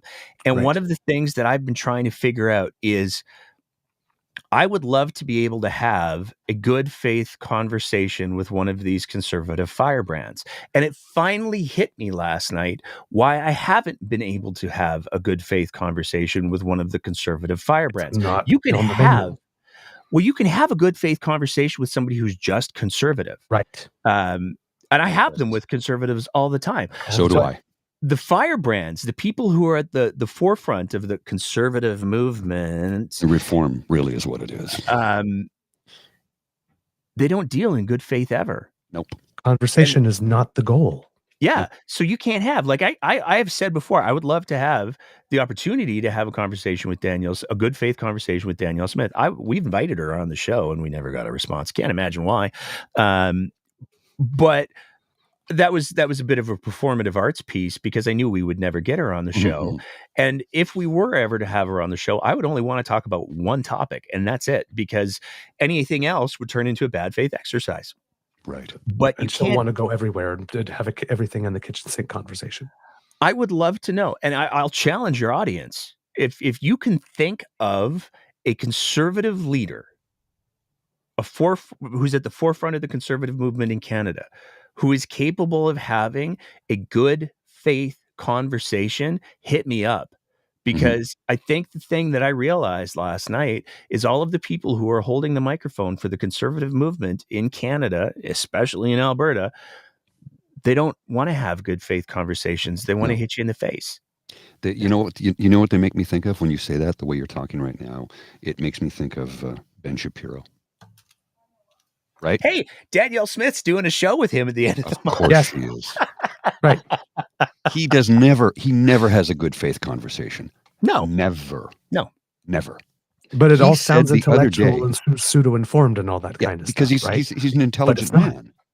But he's not as bright as he thinks he is, number one. He's the dumb guy, smart guy, much like Jordan Peterson. But I saw him recently, the other day, say, and I was like, you piece of shit human being. He actually defended Derek Chauvin. You know who Derek Chauvin is? Yeah. The police officer who murdered George Floyd. And he came out and said, well, George Floyd was on fentanyl. George Floyd was this. He didn't murder. I'm like, you filthy piece of human garbage. We watched that. We saw it happen. We saw it happen. If you're going to defend somebody like that, you are subhuman. Go fuck yourself. And I get, my hackles are up right now. See, I hold an unpopular space when it comes to policing, because I do believe, I do work very closely with them. By the way, just let me preface this. I don't have a hatred towards police officers. I don't. Perfect. I have family, I have friends, I have buddies who are police officers. And the ones who are close to me, they're good people. Yes. Like they believe in proper policing. None of this jackbooted shit. Not Derek Chauvin. They were the first ones to call him out as a murderer. If you take a look at what a police officer is supposed to do, I believe, and certainly the law would, I think, back me up in this belief. The number one priority of a police officer is to keep the peace. Peace officers is what they're called in Canada, right? And to me, that means that people who are in the profession of law enforcement have a responsibility to make sure that when they are exercising, I like to call it, and this sounds like I'm being flippant, but I promise it's not. When they're exercising the compassionate use of violence, that they are doing so only to the point where it keeps the peace. Right. And I don't know how anybody can make the argument that holding a man down and keeping your knee on his neck for 8.5 minutes. Yeah, is keeping the peace. I don't know how you can make that argument when there's so many other tools and so many other options that are available. And again, and that was all over a suspected counterfeit $20 bill. Yeah. So there's I don't know how to have conversations with people who don't acknowledge the systemic issues that exist. It's like when people say that, First Nations people don't get treated any different in healthcare or by law enforcement. It's like, what are you talking about? There's proof. I know I know that. And it's very real. And if we, I use this line all the time, but the first step in solving any problem is recognizing that you have one. Exactly. And the proof is, it's very clear. In Canada, we have a problem with administering healthcare and the law when it comes to First Nations people. It is not a radical statement. It is a statement of fact to say that in the United States, they have a problem with healthcare administration and the administration of the law on African Americans. That's just the facts. And if we try to deny that by saying, oh, yeah, but as a product of their environment, they did some drugs. Well, it's a product of the environment that country created and is responsible for. And I hold Canada the same standard when it comes to First Nations and Indigenous and Métis issues. Right. When you say, hey, the natives are drunk, there are some members of First Nations communities who are a product of the environment that Canada created. And the only way that we're going to unfuck this situation is if we take responsibility as a society and do the work, period, end of sentence. And anybody who wants to play they're just drunk. No, you're not informed enough to have this level of conversation. Exactly. Go read a book. Exactly. It's like you are not informed enough for the conversation to which you aspire. You nailed it, Nate. You're not informed enough. Like, everybody's got opinions, and that's okay, but that doesn't mean that your opinion has weight. If I was to show up at an oncologist's office or a pediatrician's, and this is why when we were having the conversation about the medication, I was trying so hard to okay, well, I got to really contextualize this. I am grateful for the fact that there are people who know more about things than me. It means I don't have to know them, which is cool because I only have so much time in my day. And it means that they can do the things. I'm grateful for that fact. I don't want to be an expert in everything. And when those experts take the time to have conversations with me, like they do on our little show, I love learning from them. And I've never felt that having a conversation with any of the experts that we've had on the show diminishes me. And I struggle so hard with this. Well, I have an opinion. And if you tell me my opinion's wrong, that somehow makes me less. I go back to what I said earlier. If you admit when you're wrong, that means you get to be wrong less. So if you don't like being wrong, if you don't like that feeling, then learn. It's as simple as that. I just wanted to bring up this real quickly because it sort of relates to this. Are you familiar with the comedian Simon King? Yes, I believe. He's from Alberta, and he talks about how he says, when the first COVID vaccines came in, people say, I don't want to take it. I don't know what's in it. He goes, you're not supposed to know what's in it. You're not an expert, asshole. Yes. You're experts who make this stuff. How do microwaves work? I don't know. Aliens came down to Earth in 1964, gave us microwaves and took off, and that's it. That's how they work. He says, well, I'm not going to take it. I don't know what's in it. He goes, you're being an asshole. I've seen you snort rails of cocaine off the back of a urinal in Fort Mac. You didn't know what was in that, but you took that. He goes, you're not supposed to know because you're not an expert. That's what we have experts for. That's what we have professionals for, is to make sure that things are safe for us to use. And that's my safe thing. Supply being a bar.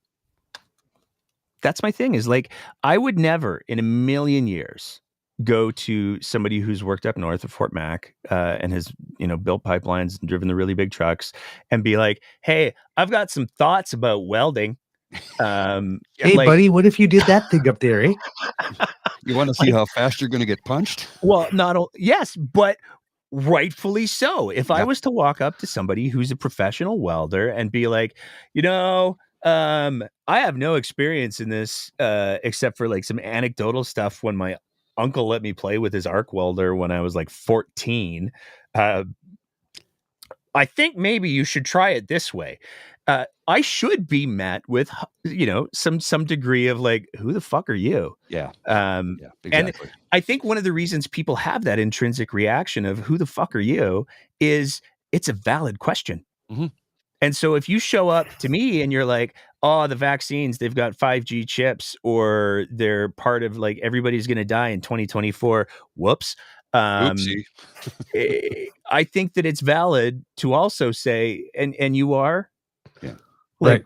From what degree of experience are you and knowledge are you bringing this idea forward. Your degree in epidemiology and nanotechnology is from where again? Yeah, like if you're going to go out and try to buy $70 million worth of children's meds, what's your procurement experience? Oh, that is a high five, sir. Okay, I have two questions before we have to go. One more sort of like fact-based and stuff, and then one more personal. The one thing I am not able to understand in this whole AHS story and all of Danielle Smith's constantly shifting, get through the nanosecond responses. Oh my God, they're hitting me on this. Okay, I'll say this. Well, that's not true because of that. Okay, we'll have a press conference about that tomorrow. And I'll come up with my next excuse to explain that one away. Why did she need to fire the entire AHS board the second time? Because it seems to me that if you fired the first board and you brought in a second board, and we can assume that it's a board that's going to be friendly to you because you did that, then what is it that she was asking that board to do that a board friendly to her did not want to do and then needed to be fired? And why is nobody exploring that angle? Because that's the one that sticks at me. It's like, wait a minute. Huh? Well, I think people are exploring that angle. And I think there's a lot of very valid questions. I think you raised some of them right there. I mean, there have been public statements from the government saying that the firing of the board and the firing of Athana Mantzalopoulos, see, it wasn't in front of me, so I could say it, yep. Was all part of a transition plan.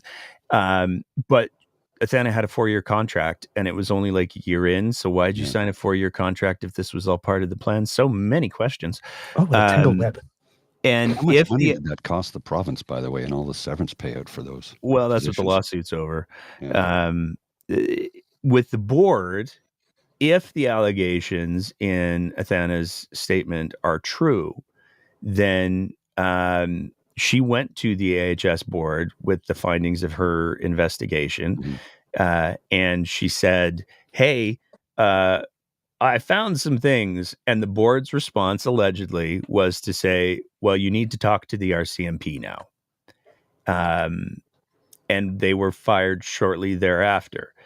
I mean, and then the RCMP just announced that they are doing an investigation. So I'm guessing the board did their job. Well, I imagine a bunch of people probably were like, are you guys looking at this? But so are we expecting like more lawsuits from all the members of the board now? I have no idea. See, there was an investigation. You fired us for nothing too. Here's our lawsuit. Yeah. Well, board members don't make that much money, but I think that again, this is another one of those places where the decisions that government have been made make it more difficult for people to believe that they're acting in good faith. I think I go back to let's give Danielle Smith the benefit of the doubt, just for fun. Okay.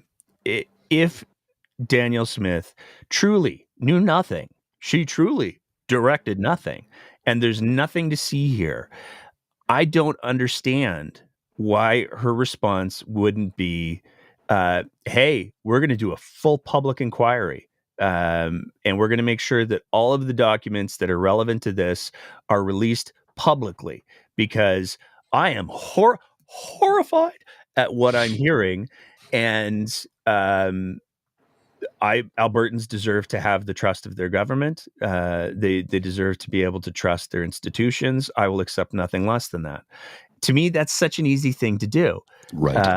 And it is the one thing that has not yet been done. And so which prompts the question, why? Right. And I suspect that here's the thing that I don't understand. She has been entirely resistant to have that sort of transparent investigation. Yes. What do you think's going to happen in my lawsuit? Wait till discovery happens, right? I mean, I would assume that little tidbit that you found out adds some color and texture. This is like, it's none of it makes any sense to me. And I'm the kind of person who I always like to give people credit. I always like to assume that somebody's bringing some level of game.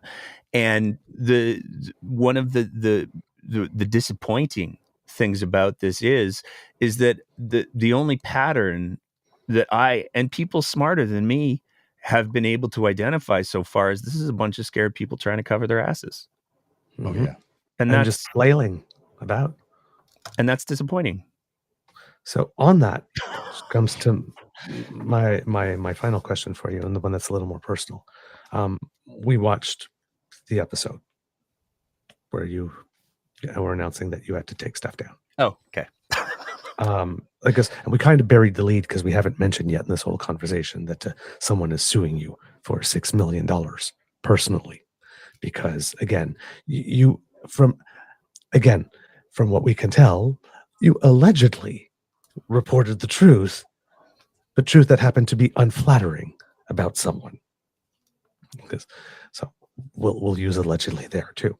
But It's a good word. it's a very useful word. But here you get the lawsuit right before Christmas. Like I said, great timing, yay. Yeah, that was done intentionally to knock you off your game, right? I mean, come on, right? Yes, and then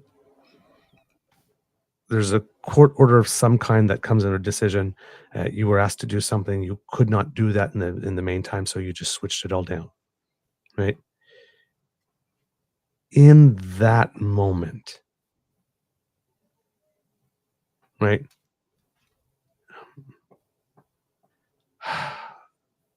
Like, how devastated are you, and how confident are you that you will indeed be back?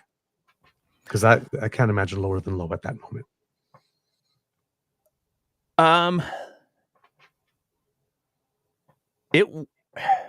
That's a tough question. Mhm. I was very upset. I was very, very, very angry. And the way that I would,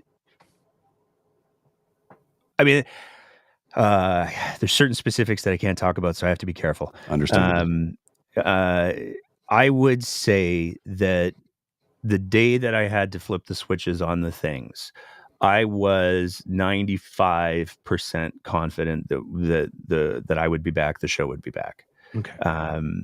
I take a very long game approach to things. And based on the circumstances, I really believed that the show would be allowed to return, and that I would be allowed to continue doing things like this, because it really was like I said it in the mini episode we did when we came back. I had, as much as the convoy crowd likes to go, we had our charter rights taken away. I actually did. You did. They didn't. Yeah, they didn't. I actually did. And that was disappointing.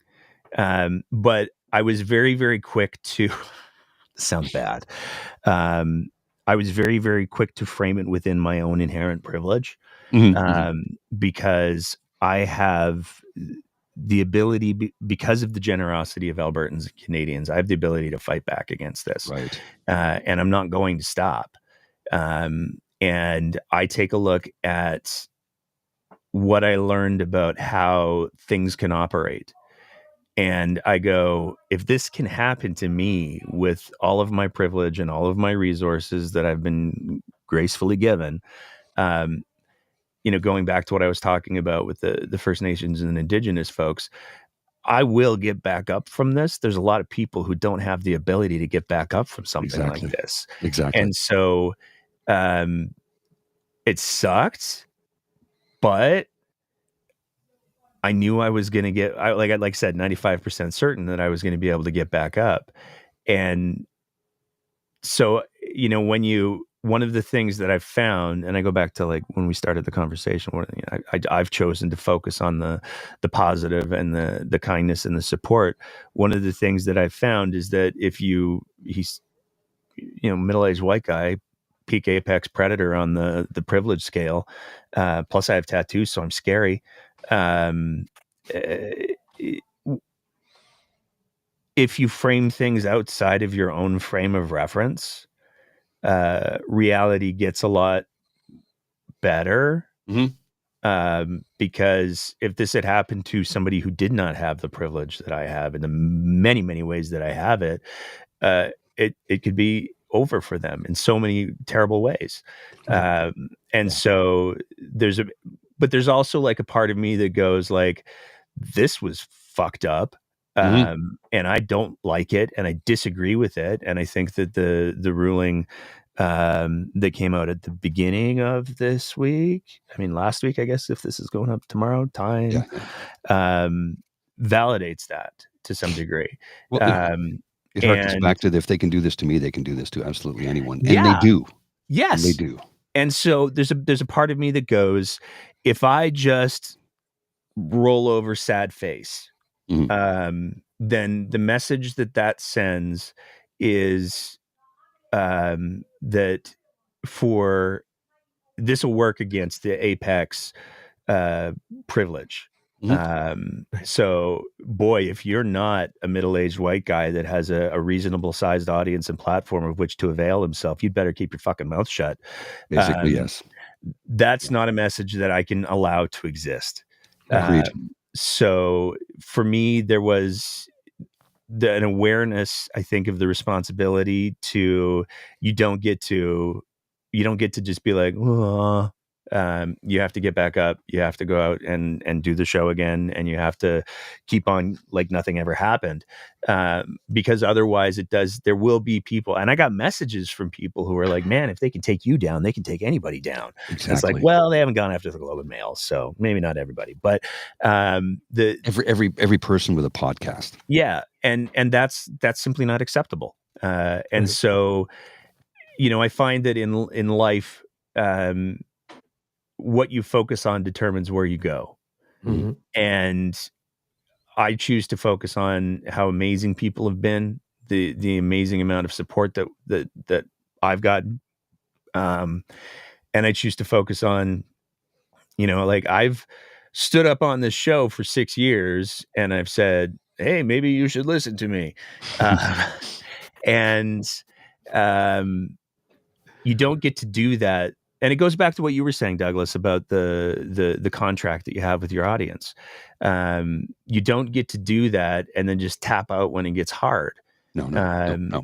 Because if you're going to say, hey, you should maybe listen to me, then that includes when, okay, so here's my thoughts on how we should handle politics. Here's my thoughts on how we should handle whatever. I'm not going to give you any insight whatsoever on how you should handle personal adversity or crisis, though. Like, that's a cop-out. No, absolutely. Well, and I think you nailed it there, Nate, because I say on the show all the time, I'm cis, het, white, male, middle-aged. I sit atop the white privilege pyramid. I'm supposed to fail up, right? Yeah. I mean, that's how society is designed. I don't like it, but I'm going to put all of those things to work to fight for those who don't have those privileges. And you nailed it. Like, if I roll over and lie down, then they've won. And I've wasted my privilege in pushing back and fighting for those who don't have this. So it's incumbent upon us, guys like you and I, to do what we do. Well, there's a journey. Like, for me, there was a realization a few years ago when I really started to be able to internalize the idea of privilege, which was hard. When you first recognize it? Yeah. When you're first like, oh, wait, that's what they're talking about. I get it now. Right, yeah. That's uncomfortable. From a very privileged space, but do with that what you will. But there was a moment a few years ago where, to me, the question became, okay, so you've got all this privilege and you can use it to have this show and to have this audience and but there are people who do not get to make the choice as to whether or not they're going to assume any jeopardy. They Right. get that just by nature of who they are, whether we're talking about visible minorities, whether we're talking about First Nations, Indigenous, whether we're talking about people who are LGBTQ2S+. The list is just you're you. And because of that, you get to assume a certain degree of women. I mean, women walking down the street. There is inherent risk for them in doing some of those things. I'm horrified by that, but I realized that I had the choice to determine whether or not I was going to whether or not I was going to assume or choose to take on any jeopardy. And I did a whole episode where I wore my grandson dirty shirt with the "Do you have enough love in your heart to get your hands dirty?" Love grandson, by the way. Oh, so good. And that was a really big moment for me, because it was like, you know what, I'm going to do this thing. And I know that by doing this particular thing, I'm going to be taking on some jeopardy here. And that has remained in my awareness for the last few years as I've done the show. And I knew. Mhm. I mean, the irony to me, if I could share this little anecdote, Please. the irony to me is that I knew going into the Skybox episode, I was assuming some jeopardy. Mhm. I did not know at that point in time that it was like 3 months prior that the Premier's office allegedly tried to have me fired. So Right. that's funny. I think Yeah. that's legitimately funny. But there is, I think, if you're going to say, I'm going to take on some jeopardy here, you have to see it through. You Yes. don't get to tap out, because people who are any of those things and more that I listed off earlier, they don't get to be like, okay, I've had enough, and just stop. That's Right. not a choice. Okay. And so to fail to follow this thing through, to get back to your original question, Douglas, to fail to follow this original thing through would be a personal failure that I don't want to live with. Yeah, I can understand that. I think that's a good note on which to end the conversation. What do you think, Mr. Grizzly? I agree. Yeah. Did you add anything to add to that, Mr. Beaver? No, nothing at all. Okay, cool. I'm good. Thank you so much, Nate. That is Thank you, absolutely gentlemen. fantastic. Listen, we have to have you back at some point, because I mean that was just this stuff and you. But there's so much Alberta going on right Yeah, we now. need to I mean, talk Peter about it. Guthrie Oh, quit the there's so much cabinet Alberta. and all that stuff, and then there's a whole bunch of other little things that are happening as distractions, clearly, to try to move from this. But oh my I was God. so excited to be able to talk about the coal mines tonight. Like, we have a coal mine episode, and we're doing like coal mines the entire month of March. For a And change. Oh, like, wow.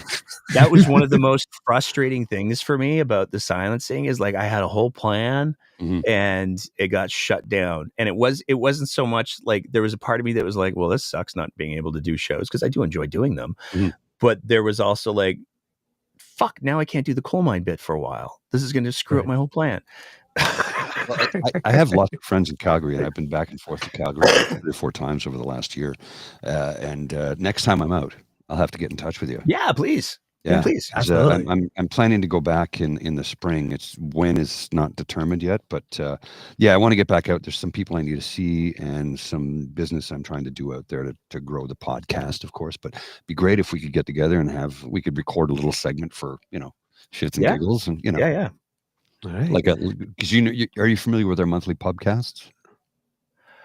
I am not. Don't worry if you're not. Okay. Once a month on a Saturday, we get together at the Lieutenant's Pump here in downtown Ottawa on Elgin Street. Okay. And we have a pubcast, and the pubcast can go anywhere from 3 to 6 hours. And the pubcast is not political. No politics, no religion. We talk about everything under the sun, but those two things are off the table. So it's like people get a chance to know us as people, because my identity is not just this political talking head. And I mean, I'm not a journalist, I'm not a pundit, I'm just a guy with a microphone and a deep voice and some technology. So I said to Mr. Beaver a couple of years back when we first started this, I go, well, how do you feel about this? And he was going, we did the first one, we had so much fun. We try and do it once a month. We weren't able to do one in February because schedules just didn't align, but we have one coming up in March. And if you want to join us for a couple of hours or a couple of minutes on a Saturday afternoon, we can send you a link. You can pop in and Yeah. just say hi. Yeah, I'd love to. I'd love to. If I can do like an hour on punk rock, like Oh come yeah. on. Oh yeah. Absolutely. Oh, we talk music, movies, traveling, experiences. We tell jokes. People chime in the chat. We look at what they have to say. People will jump in and join us. It's like an open format for anywhere from 3 to 6 hours. I think the longest one we did was 7. Yeah. And by the time Okay. we were done, we were kind of like, okay, we got to finish. I've had too many beers. I got to turn it off. I really have to jump in because I got 2% left on my phone to do the extra. Okay, sir, go ahead. Okay. So that's the end of this episode of the Daily Beaver Morning Show. We hope that you love listening to us because we love making this for you. Remember, sharing is caring and word of mouth is priceless. So tell your peeps and poops all about us. If you would like to make sure you don't miss an episode, especially in podcast version, scan that code down there. Thanks to the Ray Girl who sponsors our pod page. And if you're listening, podpage.com/the truenortheagerbeaver, lowercase letters with a hyphen between each one of those words. If you click subscribe when we have something fresh off the bandwidth, it comes directly to you. Now, if you'd like to help us in other ways, make like Kit Elaine and Kit Cassie's and surf on down to the True North Eager Beaver Media Incorporated YouTube page, where we have our buttons like, share, and subscribe. Lick 'em, flick 'em, click 'em. It gets us some happy. And it also helps us with the algorithm. So thank you for that. Now, if you would like to help us in other ways, because, you need to keep your beaver moist, then perhaps you would like to make a contribution to the Eager Beaver Lodge Emergency Hydration Fund by scanning that QR code that Mr. Grizzly is just pointing to right up there. If you go there, that's coffee, spelled coffee, ko-fi.com/eagerbeaver. And if you go something and just leave a little coinage, well, you'll earn our undying gratitude. Plus, it will make you 37.26% more sexier. We tested that in our labs. The 0.6 is very important. Right? Tipping is very, very sexy. Okay. Because democracy is something that you do. Too late to vote in the Liberal leadership race. They're probably counting the votes right about now. But there is a Liberal leadership race in Quebec. There is a Conservative leadership race in Manitoba going on right now. There is also in Manitoba a provincial by-election coming along. And one in Halifax if we don't go into an election. So please make sure that you're checking up on all your candidates and looking up on that. And if you have an opportunity to get involved in some way, please do, because democracy is something that you do and you got to put your body into the game there. Okay. All right. Mr. Grizzly, words of wisdom. You know what, just in case we go out, before we do, it could be a tough world out there, kits and cubs. So please be kind to and gentle with yourself. And before I ask Mr. Grizzly to cue the cock, do you have some words of wisdom? And you too, our guest, if you have words of wisdom. My words of wisdom are stay ever vigilant to the hammer of Damocles that lies above our head of fascism right now, because it is alive and well in 2025, and I never thought I would ever have to say that. I know that 80 years ago when World War II ended, we thought that's it, never again. Here we are. Nate? I'll just use my line.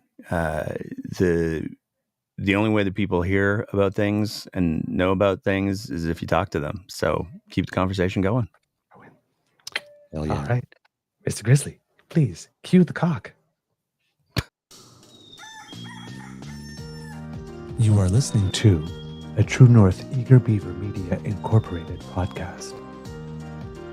The True North Eager Beaver podcasts are proudly brought to you by our founding sponsors, the Misfit Mysteries from Corvid Moon Publishing, your source for science fiction, fantasy, and cozy mysteries featuring a broad diversity of characters. CanadianTarot.com, their uniquely Canadian online eclectic tarot community, and The Peppermaster, hot pepper sauces made from farm-fresh ingredients to thrill your taste buds and expand your mind. We are grateful to the Crier Media Network for its support, Pete Jarvis for our artwork, and Paul Joseph Something for our opening and closing sequence music.